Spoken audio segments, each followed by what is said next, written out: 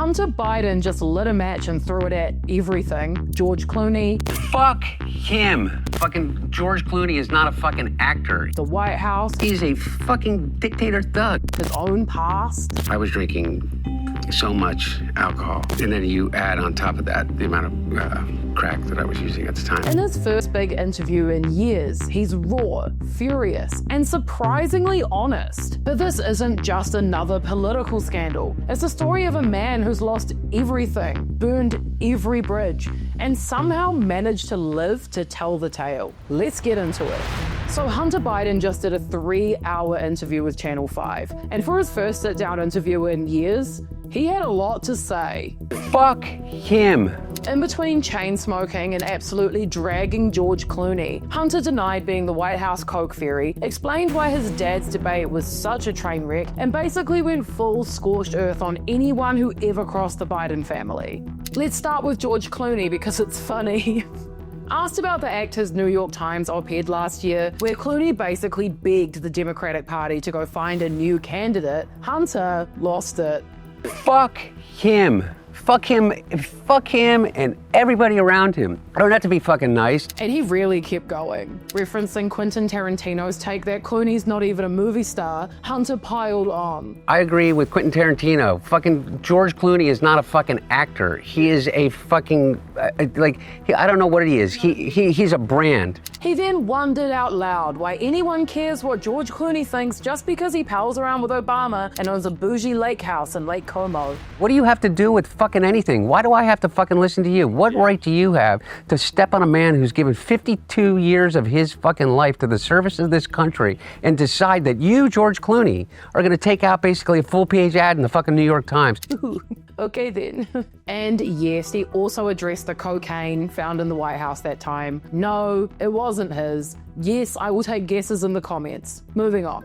Hunter also got candid about his dad's absolutely brutal debate performance against Trump. You know, the one that basically ended Joe's 2024 run. There's no arguing that it was anything but an absolutely horrible debate. Hunter admitted that his dad was tired as shit on Ambien and just kind of froze. He gets up on the stage and he looks like he's a deer in the headlights. And it feeds into every fucking story that anybody wants to tell. Hunter loves an F-bomb, by the way.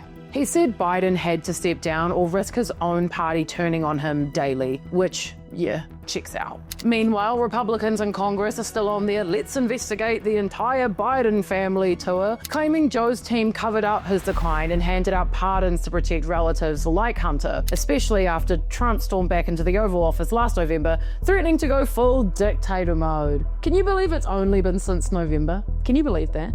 So to recap, Hunter's pissed at George Clooney, mad about his dad's sleeping pills, not responsible for the White House Coke, and not remotely interested in playing nice. And honestly, it's the most chaotic thing you'll watch all week. But it really is a fantastic interview. Hunter seems sober, and although he swears a lot, he's actually very articulate and open about his substance abuse issues. But with Hunter Biden back in the news, it got me wondering, what happened to him? How did we get here, you know? He could be doing anything. Why is he out here with like guns and prostitutes and crack and stuff?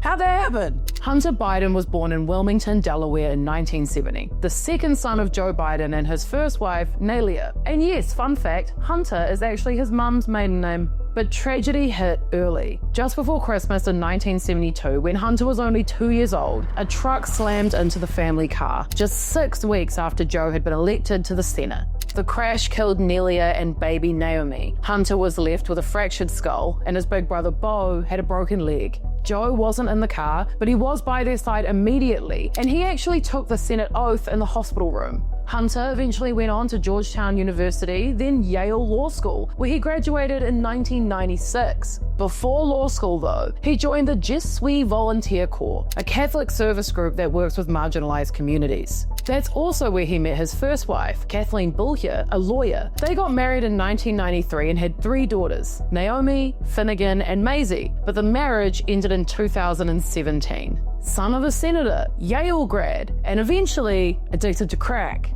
While his dad famously abstains from alcohol, Hunter started drinking as a teen and later admitted to using cocaine while he was in college. He's been in and out of rehab over the years. In 2013, he tried to turn a new leaf, joining the US Navy Reserve and getting sworn in at the White House in front of his dad, who was the vice president at the time. But the comeback tour did not last long. On his very first day at the naval base, he tested positive for cocaine and was immediately discharged. Things got worse after his older brother Bo died from brain cancer in 2015. According to the New Yorker, Hunter spiraled, drinking heavily and barely leaving the house except to buy more vodka. His daughter Naomi once tweeted, "He and Bo were one heart, one soul, one mind." Meanwhile, his marriage was falling apart. During their messy divorce, his ex-wife Kathleen accused him of blowing money on drugs, alcohol, prostitutes, strip clubs, and gifts for women with whom he had had sexual relations. All of this left his family broke. She later told Good Morning America that he was struggling under a massive drug addiction and added, "That wasn't who I was married to." In his 2021 memoir, Beautiful Things, Hunter admits his cheating was the final blow to the relationship.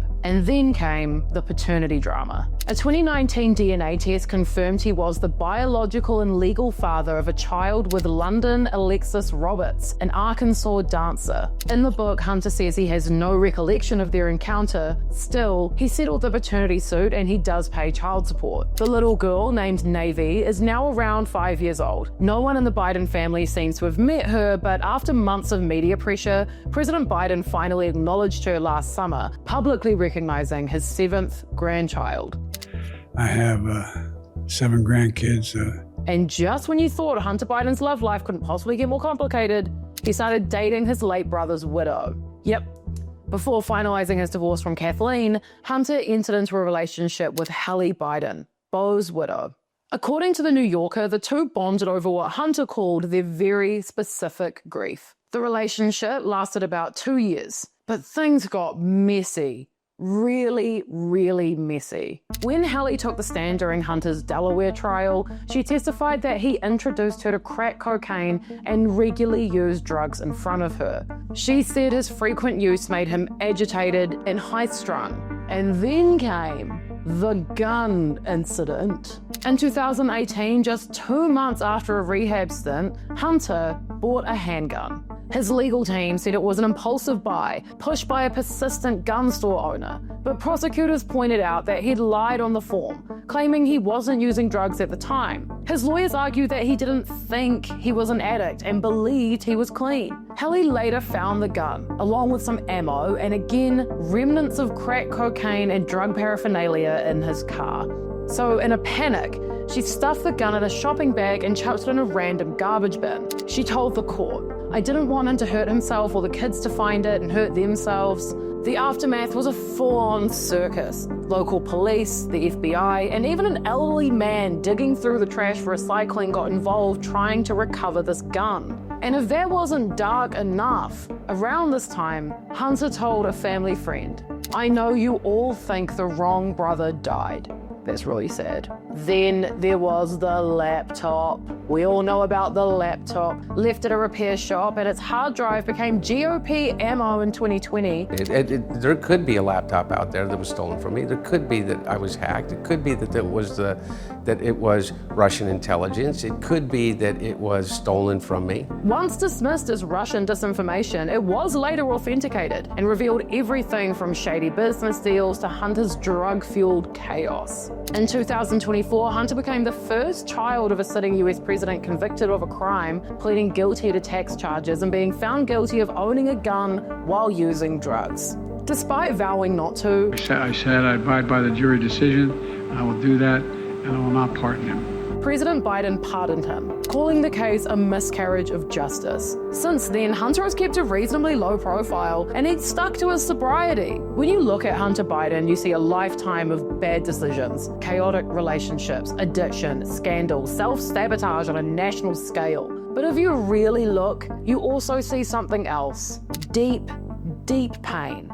A man who lost his mother and baby sister before he could even form full sentences. A man who idolized his brother only to watch him die slowly and painfully. A man who spent years trying to outrun grief, guilt, and a mountain of expectation with vodka, with crack, with whatever or whoever would numb the noise. Yes, he's made reckless choices. And yes, he's also leveraged his family name, but he's also survived things that would have broken most people. But now, for the first time in years, Hunter seems sober, raw, and somehow he's still standing. He's not polished, he's not perfect, but maybe finally trying to live with the mess instead of running from it. And if nothing else, that counts for something. If you like this video because you're nosy and want to know about other people's lives, I've done deep dives into the childhoods of Donald Trump, Vladimir Putin, Elon Musk, try to figure out how they ended up so, like, you know, the way they are.